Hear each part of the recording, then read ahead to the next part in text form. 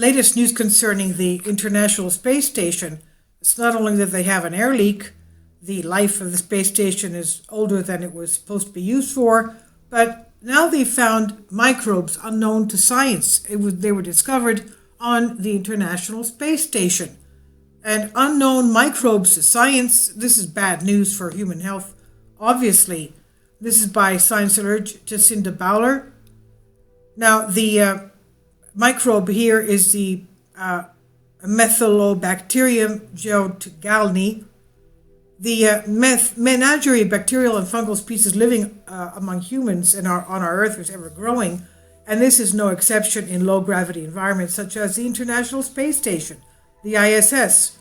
Researchers from the United States and India worked with NASA and have now discovered 4 strains of bacteria living in different places on the ISS, 3 of which were until now completely unknown to science.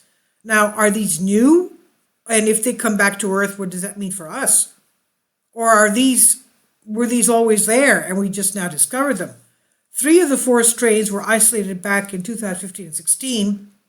One was found on an overhead panel of the ISS research stations. The second was found in the cupola. Then the third was found on the surface of the dining table. The fourth was found in an old HEPA filter returned to Earth back in 2011. All 4 of these strains belong to a family of bacteria found in soil and fresh water, and they are involved in nitrogen fixation, plant growth, and can help stop plant pathogens. Please support my Patreon channel since YouTube has again demonetized my YouTube channel. My Patreon channel will have 5 different videos from my YouTube channel every day. Thank you so much for your support and that you find all my content so interesting. You'll find the Patreon account details in the description box below.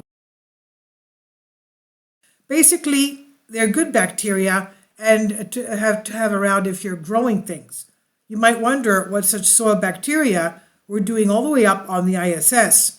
But the astronauts living in the space station have been growing small amounts of food for years, so it's not surprising that they found plant-related microbes aboard the ISS. One of the strains, the HEPA filter find, was identified as a known species called Methylobrum rhodesianum. The other 3 were sequenced and found to all belong to the same previously unidentified species, and the strains were named IF7SWB2T, 11FISWB5, and 11F4SWB5. The team led by University of South California genetics Swati Bijalani proposed calling the new species Methylobacterium ajmali after Ajmal Khan, a renowned Indian biodiversity scientist, and this new find is also closely related to an already known species called M. indicum.